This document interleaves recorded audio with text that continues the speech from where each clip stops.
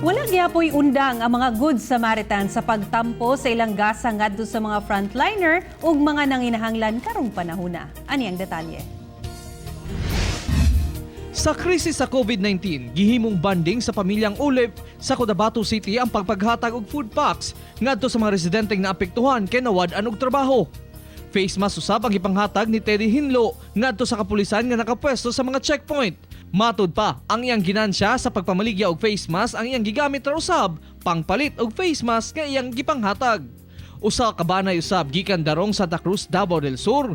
Kapulisan ug kasundaluhan sa checkpoint ang ginarasyonan og pagkaon nila. Kinitabang kuno nila sa mga modernong bayani. Balot usab ang gipanghatag ni Grendiel Bertolaso, uban sa iyang higala nga si Randy Rodrigo ngadto sa mga frontliner. Lakip ang media, iya usab gipanghatagan. Una na nilang ipanghatagan ang mga sakop sa TF Davao nga 24 oras nagabantay sa mga checkpoint. Ang mga sangguniang kabataan member sa Astorga, Santa Cruz, Davao del Sur nanahi og face mask nga ipanghatag ngadto sa mga barangay health worker. Kaninyong tanan nga mipaambit sa inyong gasa, salamat kapuso.